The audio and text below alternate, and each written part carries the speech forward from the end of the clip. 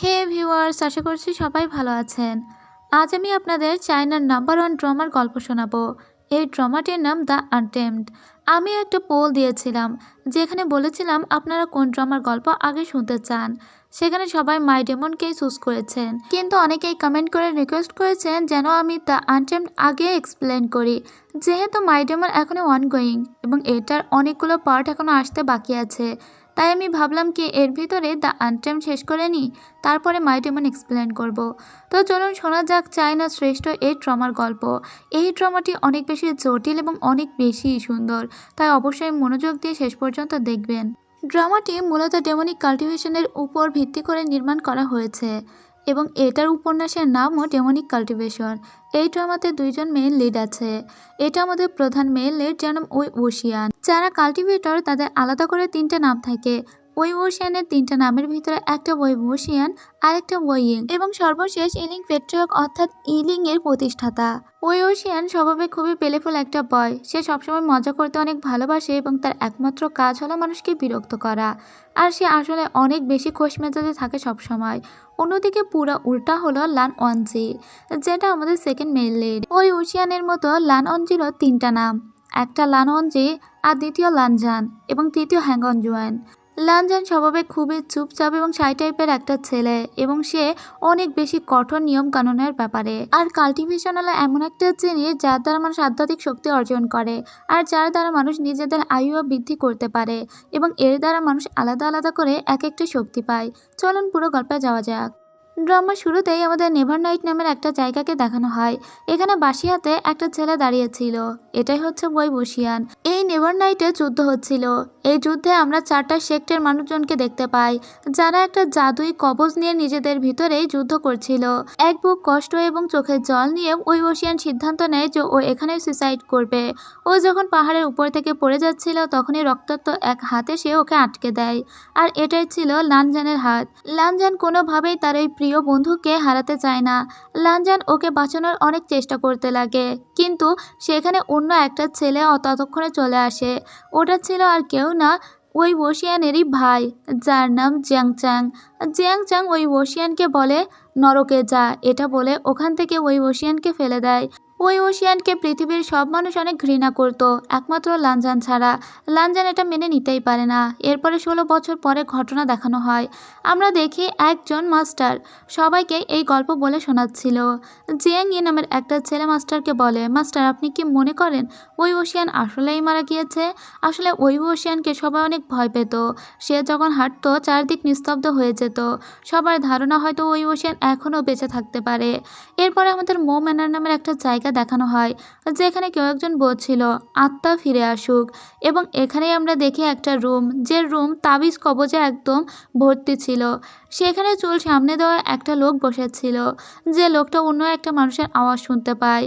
এখানে মৌ সুয়ানু নামের একজন লোক বলছিল, ওই ওশিয়ান আমি নিজের জীবনকে স্যাক্রিফাইস করে তোর মতো শয়তানকে বাঁচিয়েছি, কারণ তুই আমার মায়ের উপর হওয়া অন্যায়ের প্রতিশোধ নিবি। এখান থেকে 16 বছর আগে যে ওই ওশিয়ান মারা গিয়েছিল তাকে এখন 16 বছর পরে মৌ সুয়ানু নামের একজন লোক তার নিজের আত্মা দিয়ে বাঁচিয়েছে। তো বুঝতেই পারছেন ওই ওশিয়ান কিন্তু আবারও ফিরে এসেছে। ওই ওশিয়ান যখন জাগ্রত হয় তখন ও দেখতে পায় ওর সামনে একটা মাস্ক ফেলানো, এবং ওর সামনে যে লোকটা এসেছিল সেই লোকটাও গায়েব হয়ে গিয়েছে। তখন কিছু লোক যে ওই ওশিয়ানের উপরে আবার টর্চার করতে লাগে, কারণ ওরা সবাই তো একে মৌ সুয়ানু ভেবেছিল। ওই ওশিয়ান যখন বাইরে আসে তখন ও নিজের হাতে 4টি কাটা দাগ দেখতে পায়, যে কাটা দাগগুলো তখনই যাবে যখন ও মৌ সুয়ানুর সাথে হওয়া সমস্ত অন্যায়ের প্রতিবাদ করে ফেলবে। ও একটা লোকের সঙ্গে কথা বলে জানতে পারে মৌ সুয়ানু অ্যাকচুয়ালি মানুষটা ছিল একটু পাগলা টাইপের, এবং সে সবসময় মুখে মুখোশ পরে বেড়াতো।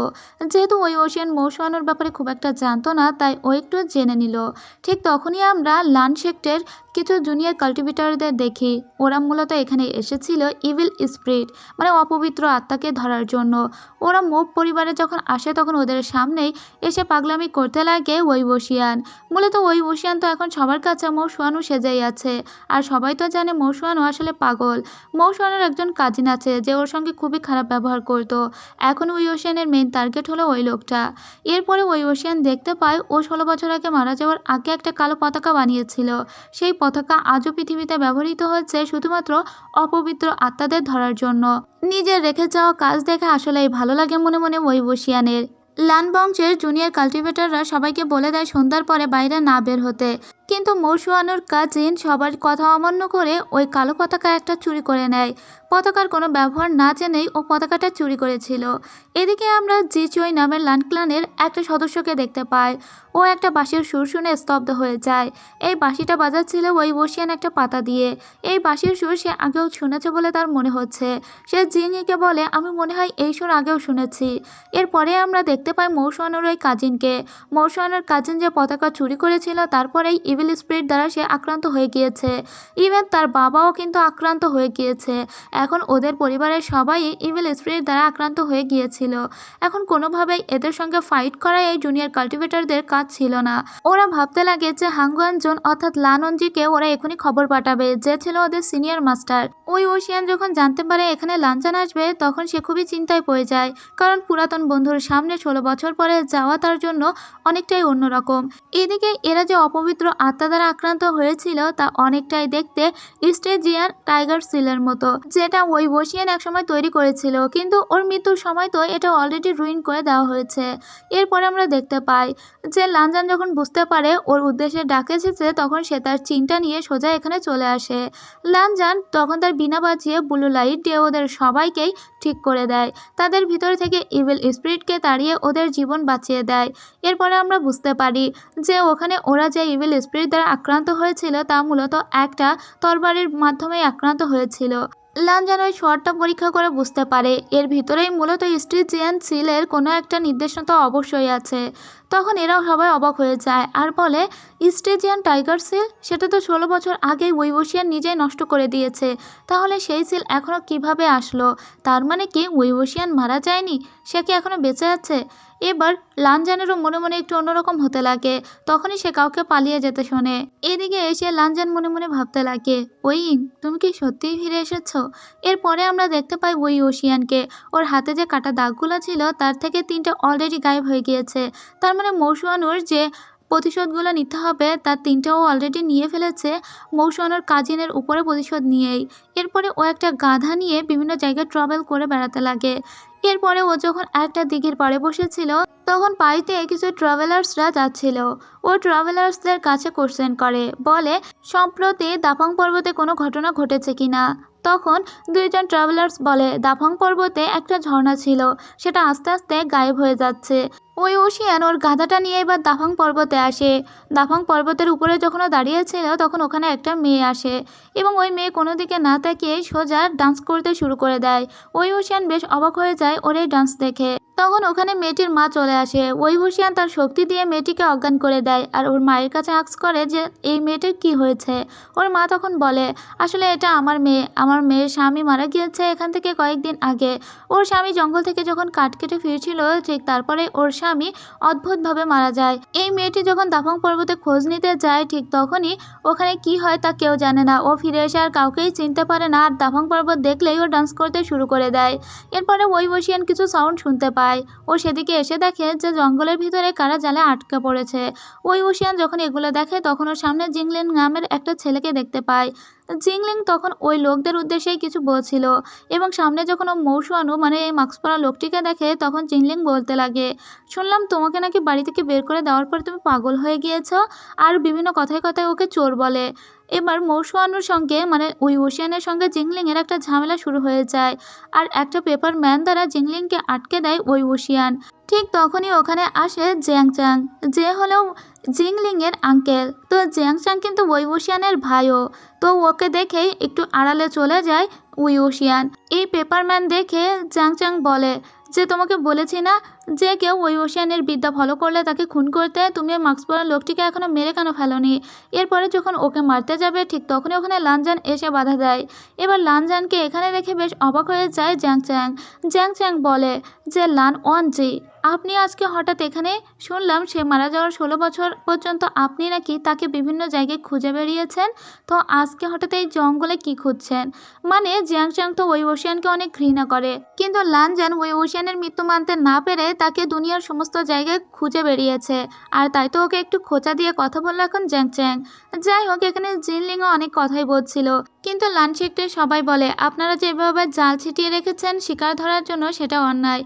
জিংলিংয়ের মুখ আটকানোর জন্য লানজান ওর উপরে সাইলেন্স স্পেল করে দেয়, আর এখনও তো অনেক রেগে যায়।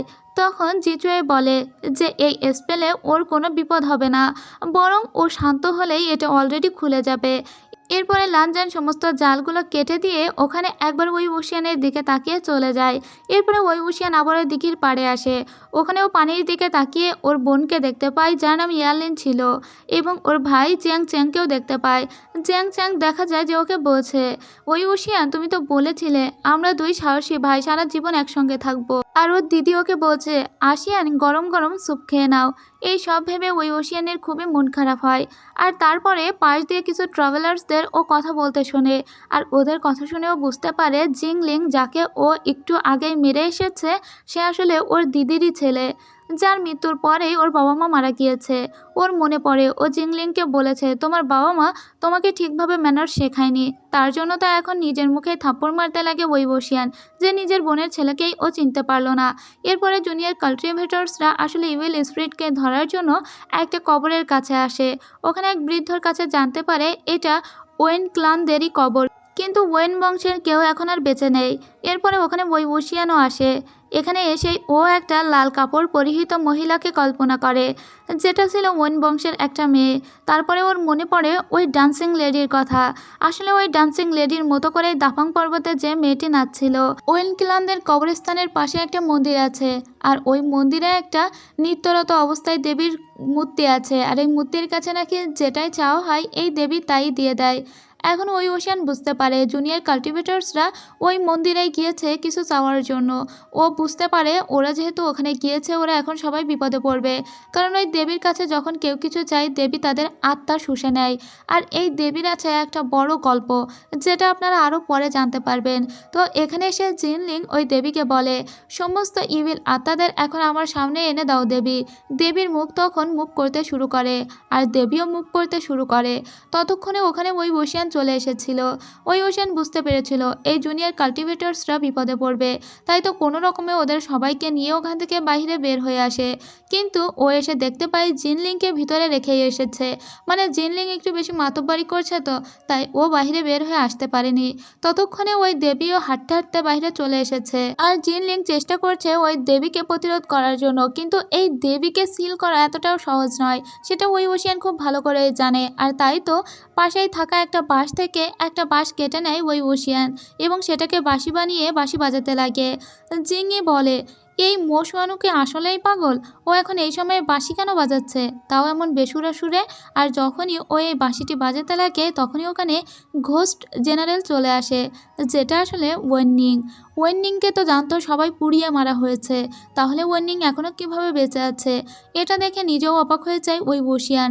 তবে ওয়েননিং এসে ওই ডান্সিং লেডিকে একদমই কুপকাত করে দেয় এবং ওকে খণ্ড খণ্ড করে দেয়। কিন্তু ওয়েননিংকে এখন চারিদিক থেকে সবাই ঘিরে রেখেছিল। ওয়েননিং এখন এখান থেকে পালাবে কী করে?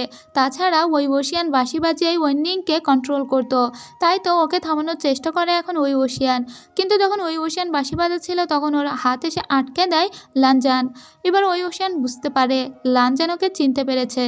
ও একবার লানজানের দিকে তাকায়, কিন্তু কিছু না বলে আবারও বাঁশি বাজাতে লাগে, কারণ ওয়েননিংকে বাঁচাতে হবে। ওর বাঁশির সুরেই ওয়েননিং ওখান থেকে পালিয়ে যায়। ঠিক তখনই ওখানে জ্যাং চ্যাং চলে আসে। জ্যাং চ্যাং এবার একে বলে যে তুমি আসলে কে, কারণ ও বাঁশি বাজাচ্ছে যেটা ওই ওশিয়ান বাজাতো। তাই তো ও নিজের পার্পল লাইট দিয়ে এখন ওই ওশিয়ানকে আঘাত করতে লাগে, কিন্তু পার্পল লাইটের কোনো পরিবর্তন ঘটে না। আসলে জ্যাং চ্যাংয়ের কাছে যে পার্পল লাইটটা ছিল ওই পার্পল লাইট দিয়ে যে কাউকেই সঠিকভাবে চেনা যায়, মানে মৌসুমানোর ভিতরে যদি ওই ওশিয়ান থাকেও তবুও চেনা যায়। কিন্তু জ্যাংচ্যাং যখন দেখতে পায় যে আসলে তার পার্পল লাইটের কোনো পরিবর্তন হয়নি, তখন ও নিজেই অনেক বেশি অবাক হয়ে যায় যে ও তো ভাবছে এই ছেলেটি আসলে ওই ওশিয়ান, সে ফিরে এসেছে। কিন্তু তখন জুনিয়র কাল্টিভেটর্সরা বলে যে ওই ওশিয়ান না মারা গিয়েছে, তাহলে আপনি কেন এত হাইপার হচ্ছেন? জ্যাংচ্যাং বলে ওই ওশিয়ান কি সত্যিই মারা গিয়েছে, তোমরা কি জানো? তখন জিঙ্গি বলে যে আপনিই না তাকে নেভার নাইটে মেরে ফেলেছেন, আমি তো সেটাই শুনেছি, তাহলে সে কিভাবে বেঁচে থাকতে পারে? তাই তো জ্যাংচ্যাং এখন চুপ করে যায়। আসলে জ্যাংচ্যাং যে কোনো জায়গায় যদি ওই ওশিয়ানের মতো কাউকেই দেখেছে তাকে মেরে দিয়েছে। ওই ওশিয়ান তখন ভাবতে লাগে যদি সে 16 বছর আগে ফিরে যেতে পারতো। ঠিক তখনই আমাদের 16 বছর আগের ঘটনা দেখানো হয়, যেখানে ওই ওশিয়ানকে ওর ভাই এবং দিদি রাখছিল, জ্যাংচ্যাং এবং ইয়ানলি। ওরা 3 ভাই বোন এখন গুশু লান সেক্টে আসবে পড়াশোনা করার জন্য, কিন্তু প্রতিমধ্যে ওদেরকে একটা ইনে এসে থামতে হয়, কারণ ওরা এত পথ একসঙ্গে তো জার্নি করতে পারবে না। কিন্তু এই ইন অলরেডি জিন ক্লানের একটা ছোট ছেলে জিন জি চুয়েন, সে অলরেডি বুক করে রেখেছে। এখানে আর একটা রুমও খালি ছিল না, কিন্তু ওই ওশিয়ান কোনোভাবে একটা রুম ম্যানেজ করে নিয়েছিল। এটা হলো জিন বংশের ছোট ছেলে, যার নাম জিন জিশুয়ান, এবং জিন জিশোর সঙ্গে বিয়ে ঠিক আছে ইয়ানলির। এবার এদের দুইজনের যখন দেখা হয়ে যায়, তখন জিন জিশোর পাশে দাঁড়িয়ে থাকা একজন লোক অনেক বড় বড় কথা বলে আর বলে এই পুরো ইনটাই আমরা বুক করেছি, কিন্তু তবুও কিছু লোক শরমের মাথা খেয়ে এখানে পড়ে আছে। এবার তো ঝামেলা শুরু হয়ে যায় দুই ভাইয়ের সঙ্গে ওদের। ওই ওশিয়ান যখন ওদের সঙ্গে ঝগড়া করছিল, তখন ওর দিদি ওকে আটকে দেয় আর বলে চলো আমরা এখান থেকে চলে যাই। ওরা ওখান থেকে চলে আসে, কিন্তু ভুলে ওরা ওদের ইনভাইটেশন কার্ড ফেলে আসে ওই ইনে। এরপরে যখন ওরা লাঞ্চ সেক্টে আসে, তখন ওদের ভিতরে ইনভাইটেশন কার্ড ছাড়া ঢুকতেই দেওয়া হচ্ছিল না। ওরা বারবার বোঝানোর চেষ্টা করে ওরা জিয়াং বংশ থেকে এসেছে এবং ওরা এখানে পড়তে এসেছে। ওরা ভুল করে ওদের ইনভাইটেশন কার্ডটা ফেলে এসেছে, কিন্তু তবুও ওদের ঢুকতে দেওয়া হয় না। ঠিক তখনই ওরা সাদা কাপড় পরিহিত একটা সুন্দর ছেলেকে দেখতে পায়। এটাই আমাদের ড্রামার সেকেন্ড লিড, যার নাম লানজান। তো লানজানকে দেখেই লানজানকে ওখানে আটকে দেয় ওই ওশিয়ান। ওই ওশিয়ান দেখতে পায় লানজানের পিছনে একটা ডেড বডি নিয়ে যাওয়া হচ্ছিল, কিন্তু লোকটা আসলে ডেড ছিল না, সে কোনো একটা কারণে তার আত্মা হারিয়ে ফেলেছিল। এটা দেখেই অবাক হয়ে যায় ওই ওশিয়ান। তারপরে ওই ওশিয়ান লানজানকে বলে লান অনজি, আমরা জিয়াং শেখ থেকে এসেছি, এখানে আমরা পড়াশোনা করব বলে এসেছি, কিন্তু ভুলে আমরা আমাদের ইনভাইটেশন কার্ডটি ফেলে এসেছি। আপনি যদি করুণা করে আমাদের ভিতরে ঢুকতে দিতেন। কিন্তু লানজান, যে ছেলে শত নিয়মের বেড়া জালে আবদ্ধ, সে তো নিয়ম একদমই ভঙ্গ করবে না। ওই ওশিয়ান ওকে বারবার বলতে লাগে যেহেতু আমরা অনেক দূর থেকে এসেছি, আমাদের ভিতরে ঢুকতে দেওয়া উচিত। কিন্তু লানজান বলে ইনভাইটেশন কার্ড ছাড়া ভিতরে কাউকেই ঢুকতে দেওয়া হবে না। ওই ওশিয়ান বেশি কথা বললে ওর উপরে সাইলেন্ট স্পেল করে দেয়। যাই হোক, এবার ও বারবার কথা বলতে চাইলে লানজান ওর দিকে একবার তাকিয়ে আবার নিজের পথে হাঁটা দেয়। এদিকে রাত হয়ে গিয়েছিল, এরা সবাই অপেক্ষা করছিল ওই ওশিয়ান কখন ইন থেকে ওই ইনভাইটেশন কার্ড নিয়ে পুনরায় ফিরে আসবে। ঠিক তখনই আমরা লানজানের শোয়ার দেখতে পাই, অর্থাৎ লানজান ওদেরকে ভিতরে নিয়ে গিয়েছে। ওই ওশিয়ান যখন পরে ইনভাইটেশন কার্ড নিয়ে ফিরে আসে, তখন ও দেখতে পায় বাহিরে কেউ নেই। এবার ও ভাবতে লাগে এখন তো গেটে কেউ পাহারা দিচ্ছে না, তাহলে ও তো ভিতরে ঢুকে যেতে পারে, কিন্তু গেটে একটা অদৃশ্য বেড়াজাল ছিল। এবার ওই বেড়াজাল ও ভাবতে লাগে আমার নিজের শক্তি দিয়েই তো আমি এটা ভাঙতে পারি। এবার ও নিজের শক্তি দিয়েই ওই গেটের বেড়াজালটি ভেঙে দেয় আর ভিতরে ঢুকে যায়। ওই ওশিয়ান খুবই লুকিয়ে লুকিয়ে ভিতরে ঢোকার চেষ্টা করে এবং ওর হাতে দুটো মদের বোতল ছিল। ও কাউকে না দেখে যখন উপরে বসে পড়ে, ঠিক তখনই ও দূরে দাঁড়িয়ে থাকতে দেখে লান অনজিকে। দেখেই ও একটা ফেক হাসি দেয় আর হাই বলে। লানজান ওর দিকে নির্বাক দৃষ্টিতে তাকিয়ে থাকে। ও লানজানকে বলে শোনো লানজান, আমি একদমই নিয়ম ভঙ্গ করতে চাইনি, কিন্তু আমি আমার দিদিকে খুঁজতে এসেছি, তাছাড়া আমার কাছে ইনভাইটেশন কার্ডও আছে। লানজান বলে তুমি 2টা রুল ব্রেক করেছো। 1, কেউ যদি রাত্রে আসে তাকে সকাল পর্যন্ত অপেক্ষা করতে হয়, আর 2, তুমি আসার সময় তোমার সাথে অ্যালকোহল নিয়ে এসেছো, তাই তুমি এখানে অ্যালাউ নাও। ওই ওশিয়ার ওর 3টা আঙুল উপরে তুলে বলে আমি তো এখানে এই প্রথম এসেছি, আমি এত রুলসের ব্যাপারে তো জানি না, তাই তো ভুল হয়ে গিয়েছে। কিন্তু ঠিক তখনই ওর সামনে এসে তরবারি বের করে দেয় লানজান। লানজান বলে তুমি এখন আমাকে আবার ঘুষ দেওয়ারও চেষ্টা করছো। ওদের দুজনের ভিতরে একটা ফাইট শুরু হয়ে যায়, আর দেখা যায় ফাইটে ওরা দুজনেই সমান পারদর্শী। লানজান ওই ওশিয়ানের কাছে থাকা সেই মদের বোতল দুটোকে আলাদা করে দেয়।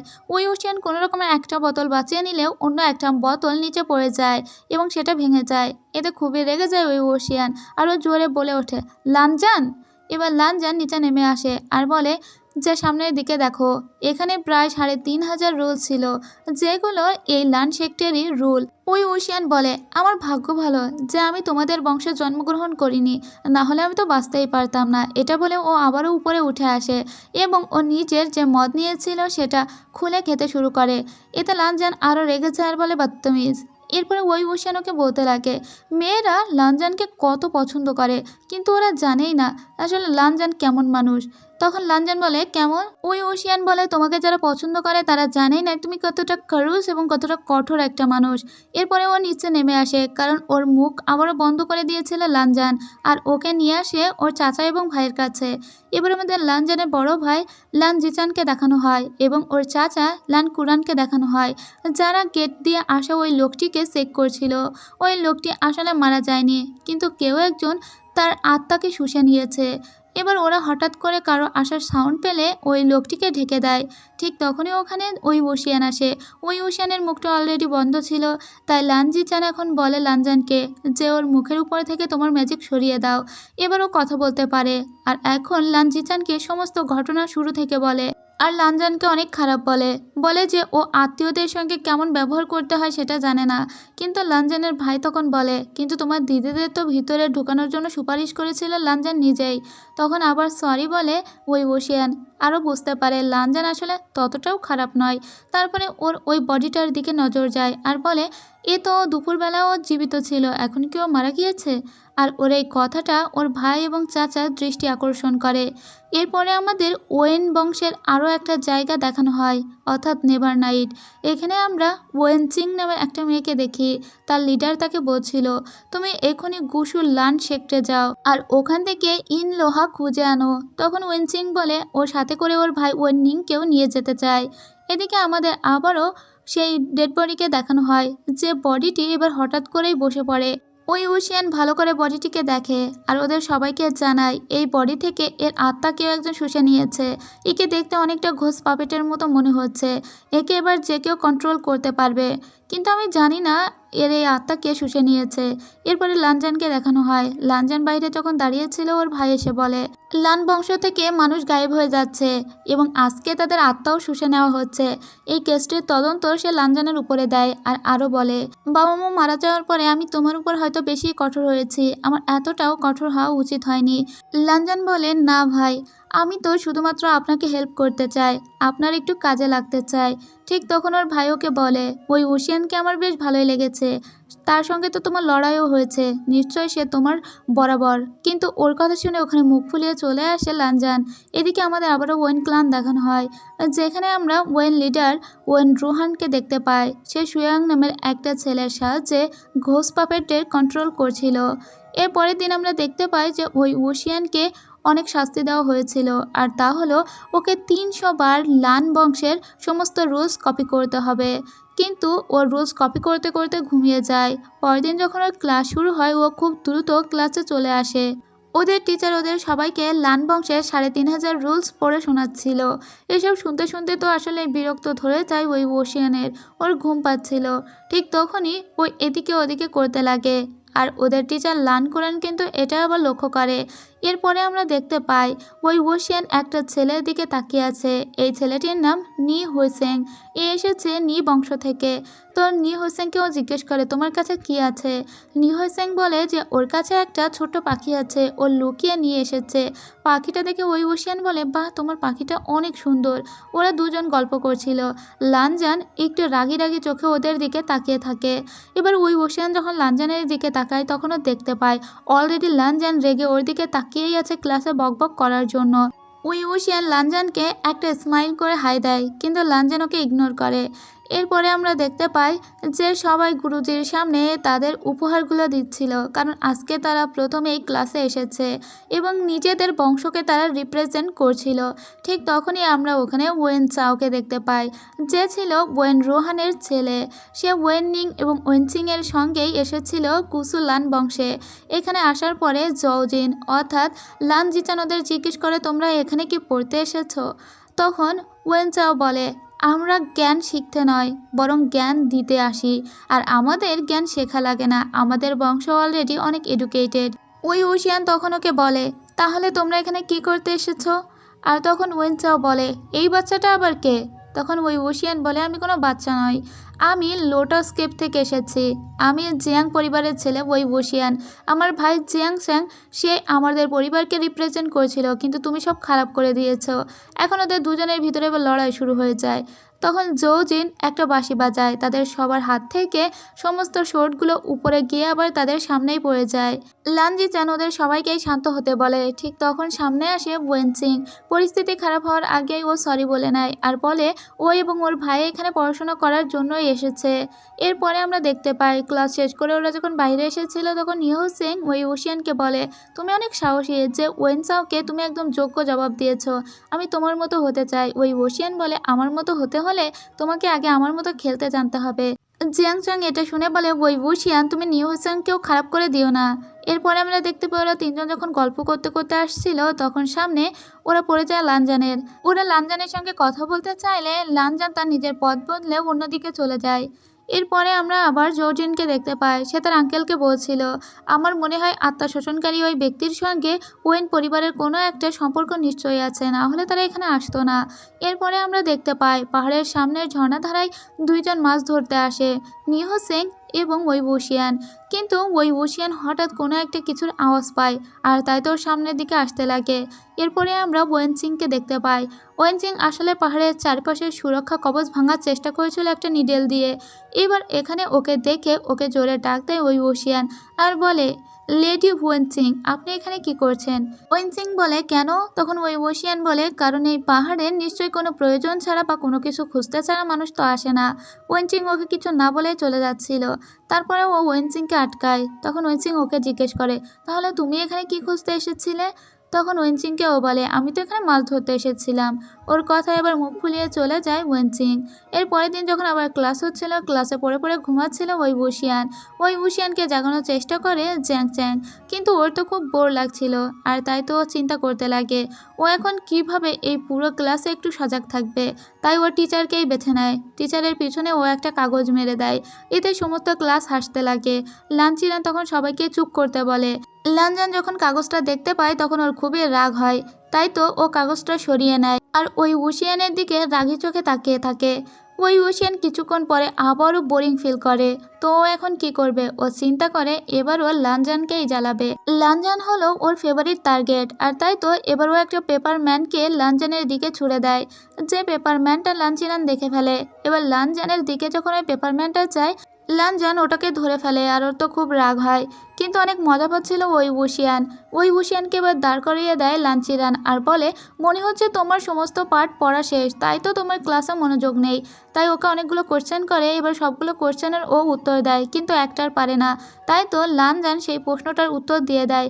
তারপরে এখানে প্রশ্ন এবং উত্তরের বিতর্কে টিচার এবং স্টুডেন্টদের ভিতরে ঝামেলা শুরু হয়ে যায়। লানচিরান ওই ওশিয়ানকে ক্লাস থেকে বের করে দেয় আর লাননজিকেও বলে ওর পিছু পিছু যেতে আর 1000 রুলস কপি করতে।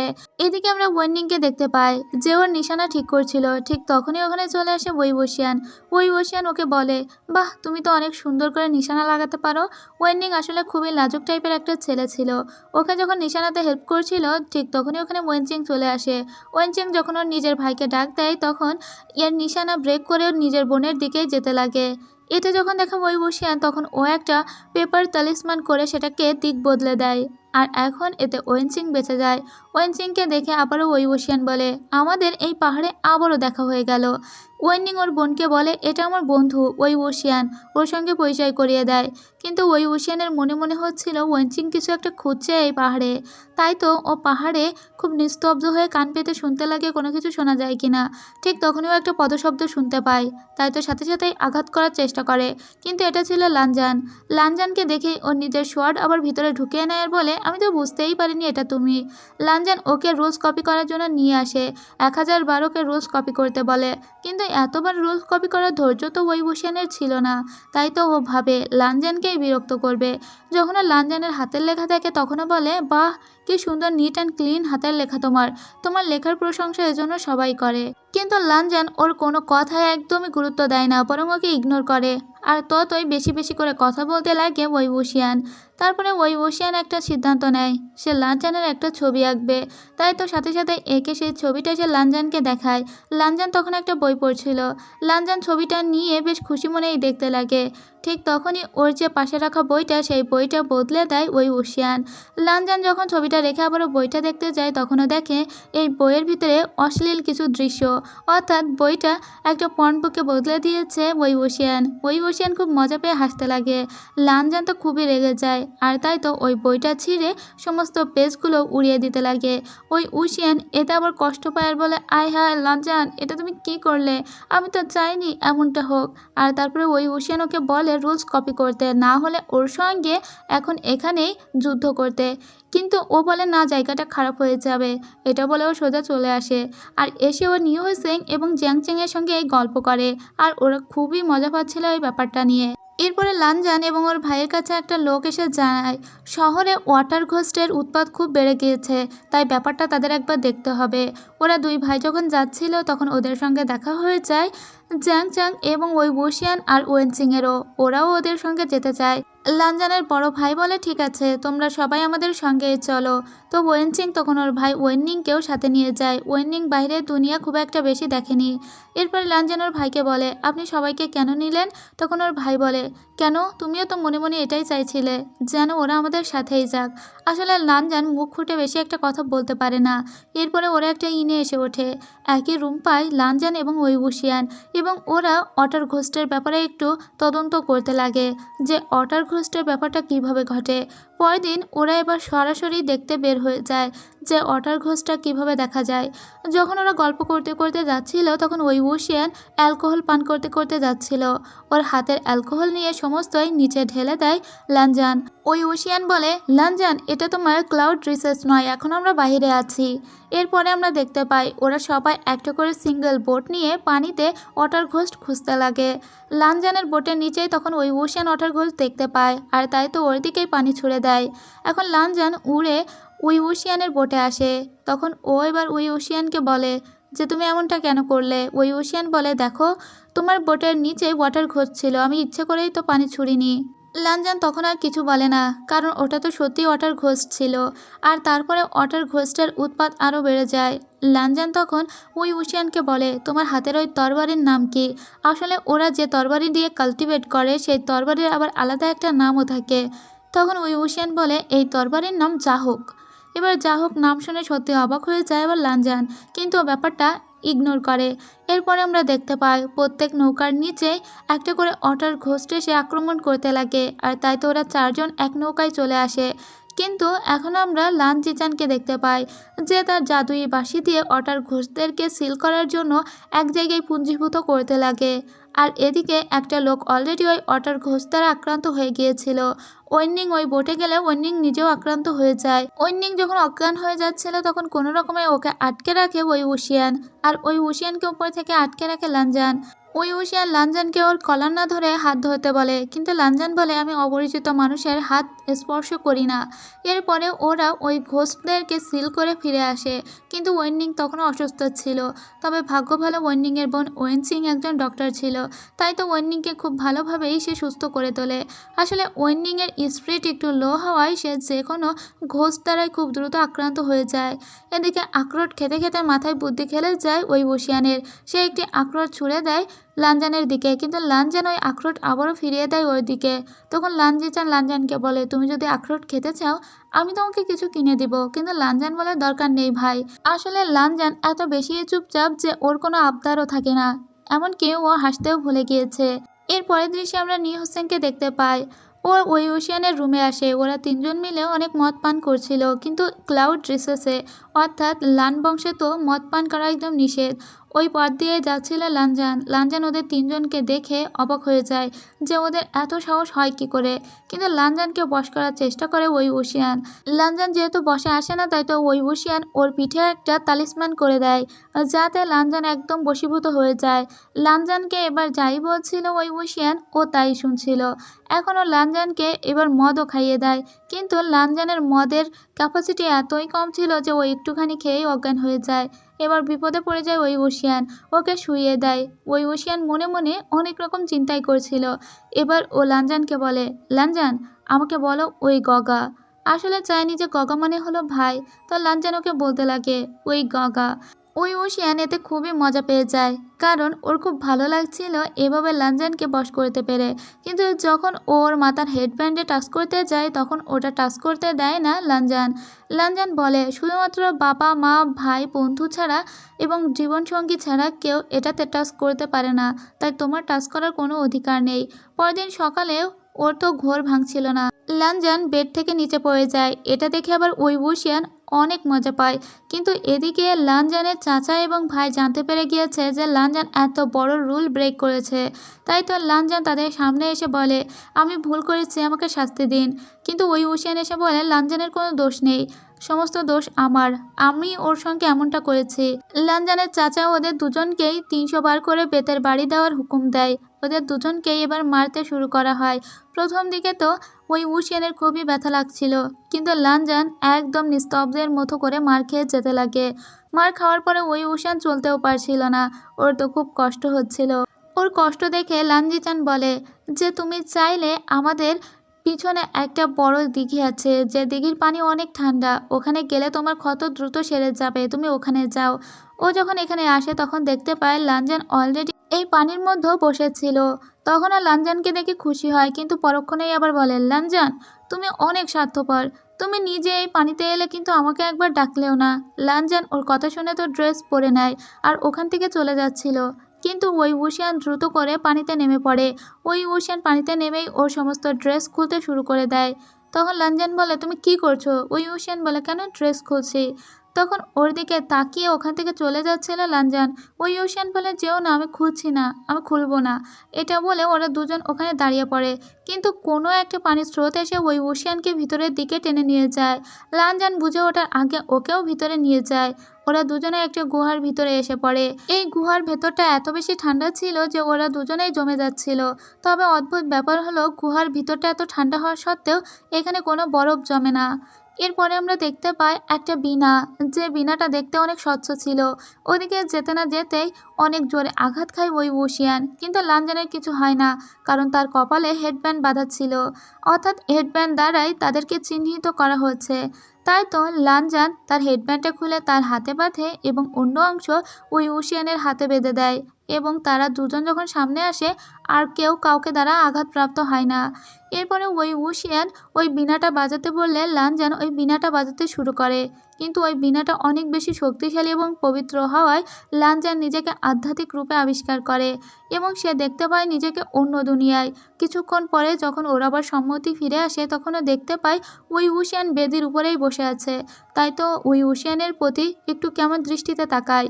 ওই ওশিয়ান ভয়ে আবার উঠে দাঁড়ায়।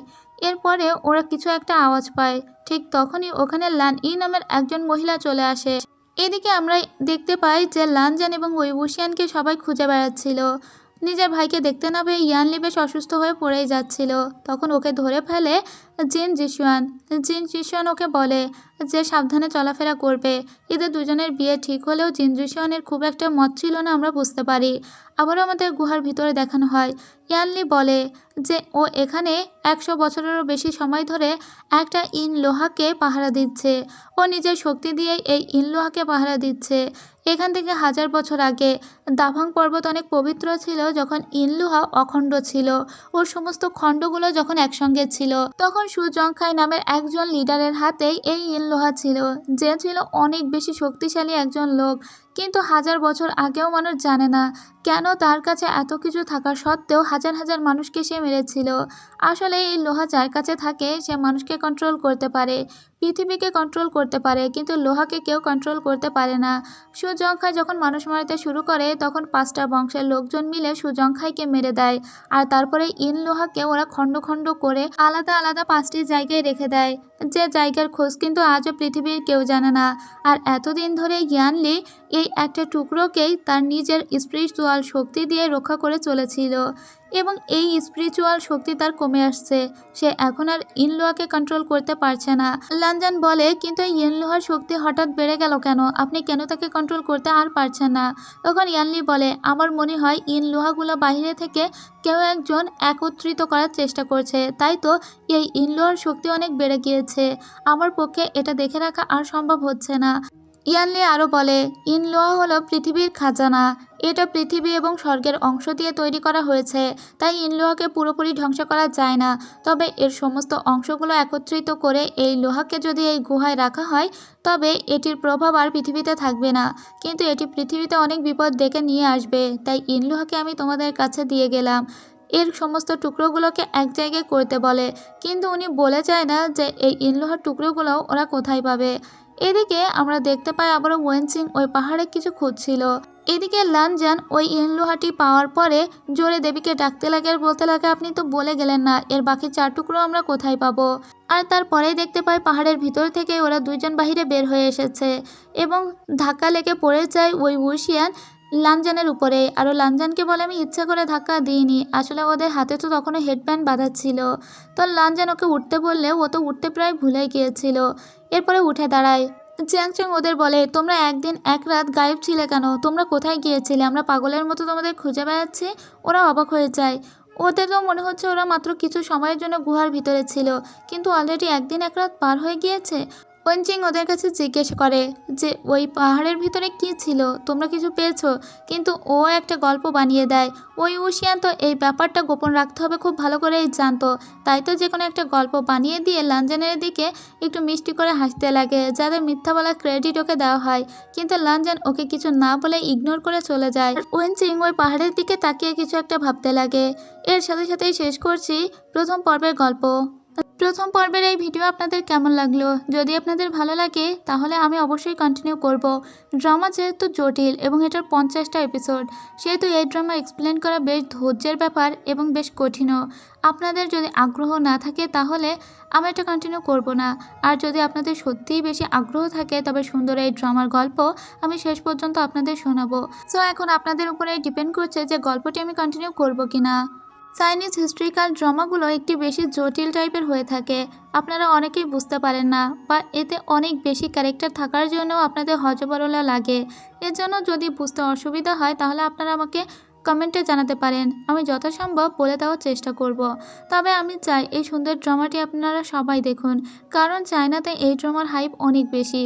আর এই ড্রামাতে অভিনয় করেছে আমাদের সবার প্রিয় শাহজাহান এবং ওয়াং ইবো। এই ড্রামার হাইপ 2019 সালে এত বেশিই ছিল যা আপনাদের ভাবনার বাইরে।